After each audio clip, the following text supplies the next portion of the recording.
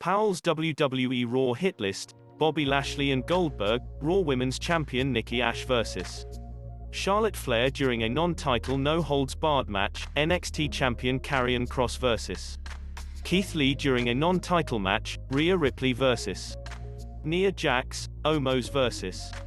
Riddle. Bobby Lashley and Goldberg, an honest verbal segment by Goldberg standards.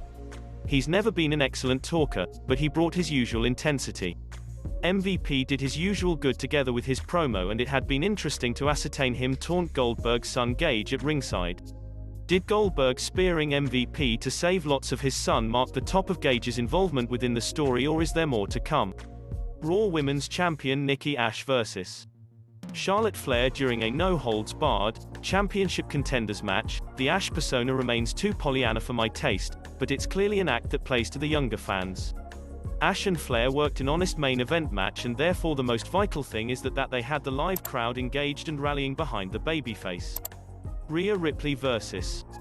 Nia Jax, an honest outing for Ripley therein she hit her finisher on Jax and scored the pin. I'm still not sure how Jax was cut, but hopefully it was something minor.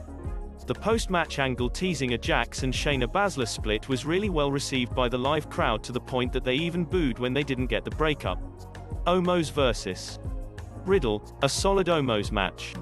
The match was laid call at how that permit Riddle show some heart by fighting to avoid being counted out on multiple occasions before he ultimately took the pinfall loss. It's odd that WWE advertised Randy Orton within the Chicago market, yet he didn't appear again in the week. Mustafa Ali and Mansoor vs. Mason T. Bar, another case of WWE parity booking with the heel duo avenging last week's loss. If nothing else, they're telling a story with Ali appearing to slowly come around on the overzealous Mansoor, even going thus far on save him from the post-match attack that he ended up taking instead. WWE Raw Mrs. Drew McIntyre vs. Veer and Shanky. Creative continues to try to a disservice to McIntyre. As if those cornball stories he told during past promos weren't bad enough, now he's running around with an enormous sword.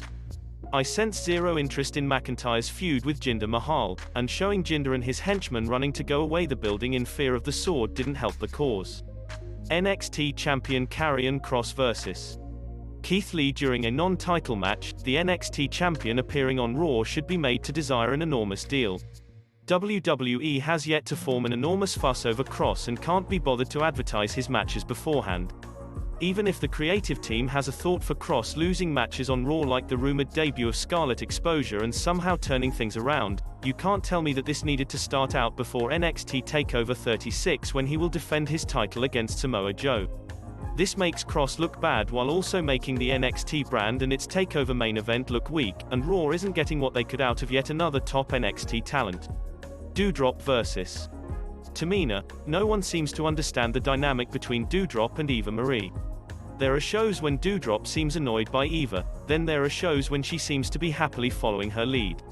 The actual match was flat, and it had been tough to even care about the result.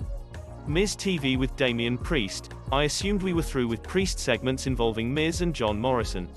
They ran these into the ground previously, and it was way too soon to go back to this combination. The only positives from the two matches that followed were the comedic waterslide spot at ringside and Priest winning both matches. Reggie vs. Akira Tozawa for the WWE 24/7 Championship. Same story, different show. Reggie's acrobatics impress the live crowds, but none of the live crowds have shown any sign that they really like his oddball character.